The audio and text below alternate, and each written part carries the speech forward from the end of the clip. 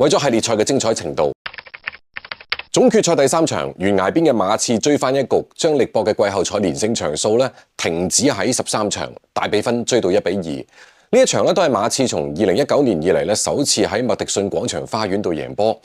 經歷咗第2場包夾賓遜之後，發現俾咗力搏更大嘅外線空間，力搏嘅陣容得分均衡技能就會被激發。咁馬刺就唔可以包夾賓遜，高位允許換防，但盡量單人去前鬥，對佢向前推進持球要俾壓力。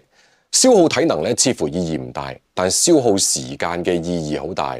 賓遜持球時間越長，咁最後集體輪轉嘅時間就會越倉促，佢哋嘅傳球次數都會下降，就可以影響佢哋嘅團隊性。其實賓遜都有試過一啲改變嘅，將發動進攻嘅位置提升，將初次傳波嘅位置亦都提高，而好多失誤就係喺3分線外發生，就正係力搏想要主動改變自己嘅習慣而出現。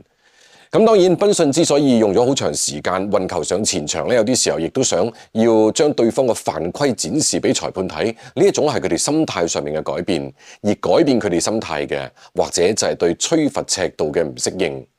聯盟係清楚睇到力搏季後賽打騎士同埋前2場打馬刺嘅時候，點樣利用裁判嘅尺度慣性嚟逐步加強對抗。為咗系列賽嘅精彩程度，裁判喺下半場收緊咗哨聲，呢個就令到力搏喺慣性第3節後半段開始提高強度嘅時候出現阻礙。受影響最明顯嘅係沙美特，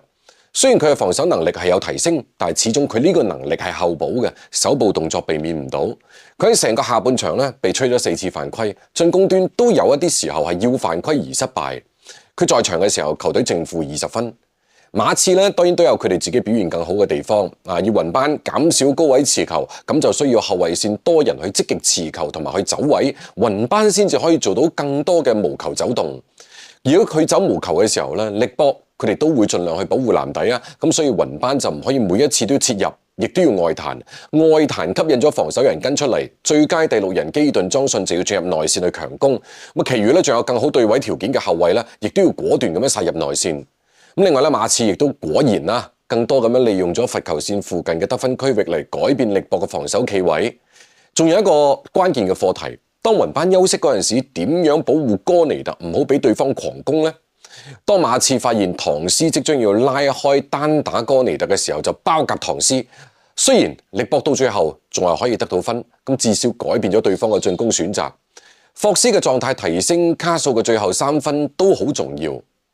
馬刺呢啲改變，力搏都有條件可以見招拆招，包括使用超高位嘅擋拆、雙人護球推進等等，仲包括布列基斯、沙美特嘅投射狀態仲係要回調。特別係布列基斯呢一場嘅進攻表現唔應該係佢嘅常態。